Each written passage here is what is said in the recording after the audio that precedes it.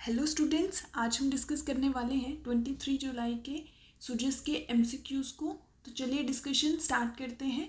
आपसे पहले क्वेश्चन में पूछा गया है दैट राजस्थान गवर्नमेंट जो है वो फार्मर्स को डेयरी कोऑपरेटिव के थ्रू सब्सिडी देती है पर लीटर मिल्क पे। तो वो कितनी सब्सिडी देती है?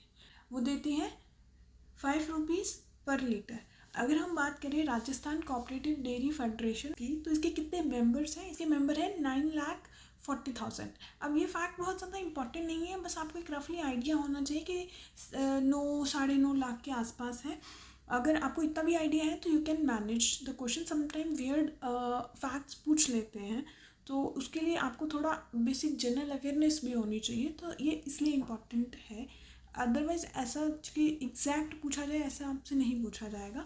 मिल्क कलेक्शन की अगर हम बात करें तो 40 लाख लीटर पर डे जो राजस्थान कोऑपरेटिव फेडरेशन है वो कलेक्ट करती है।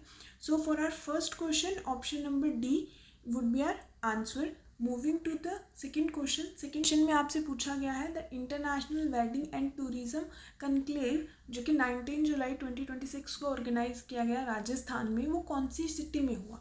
दैट इज़ ऑर्गेनाइज इन जयपुर। अब this is a one liner question जो आपको बस पता होना चाहिए कि अच्छा ऐसा कोई कनक्लेव हुआ था और जो जयपुर में हुआ था। ठीक है, so for our second question option number B would be our answer. Moving to the third question. Third question में आपसे पूछा गया है दैट राजस्थान गवर्नमेंट ने एक सर्विसेज शुरू की है under which free sonography for pregnant women करवाई जाती है। उस स्कीम का नाम पूछा गया है।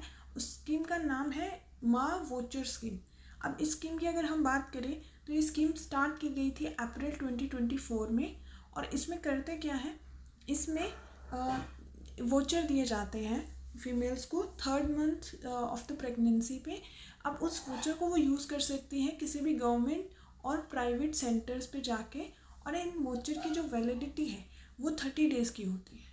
ठीक है, तो ये बेसिक सी चीज़ें हैं इस स्कीम के बारे में जो आपको पता होनी चाहिए। So for our third question option number C would be our answer. Moving to the fourth question. Fourth question में आपसे पूछा गया है दैट राजस्थान की रैंकिंग क्या रही है इन इन्वेस्टमेंट फ्रेंडली इंडेक्स जो कि रिसेंटली रिलीज़ किया था नीति आयोग ने। ठीक है, ऑल ओवर रैंकिंग पूछी गई है आपसे। ऑल ओवर रैंकिंग जो है हमारी थी 10th। अब अगर हम बात करें category wise we are in leading state. अगर हम बात करें लार्ज स्टेट्स में कितनी थी हमारी ranking, which is 8। Basically all over से 2 कम थी। ठीक है, अगर सिंप्लीफिकेशन ऑफ रेगुलेशन की अगर हम बात करें तो हम 2nd रैंक पे थे, एंड इन्वेस्टमेंट प्रमोशन पॉलिसीज़ में हम 3rd रैंक पे थे। ये बहुत ज़्यादा इंपॉर्टेंट नहीं है फैक्ट्स, बट ये है कि थोड़ा आइडिया हो तो कभी इन केस, जैसे कि हमने पहले भी देखा कि वियर्ड क्वेश्चंस पूछ लेते हैं, तो बस हल्का सा पता होना चाहिए।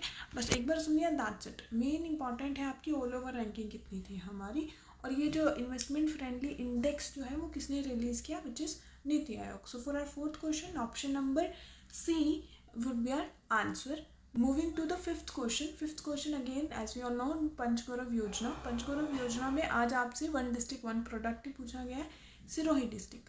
सिरोही डिस्ट्रिक्ट में प्रोडक्ट इज़ मार्बल प्रोडक्ट्स। ठीक है, इसके अगर हम बाकी के कंपोनेंट्स देखें तो क्रॉप में है इनल, देन ट्री में है हमारा महुआ, टूरिज्म में है देलवाड़ा टेम्पल, एंड स्पोर्ट्स में है आर्करी। इस पीडीएफ को आप हमारे टेलीग्राम चैनल ज्ञान मीमांसा आर्यट से डाउनलोड कर सकते हैं। Thank you.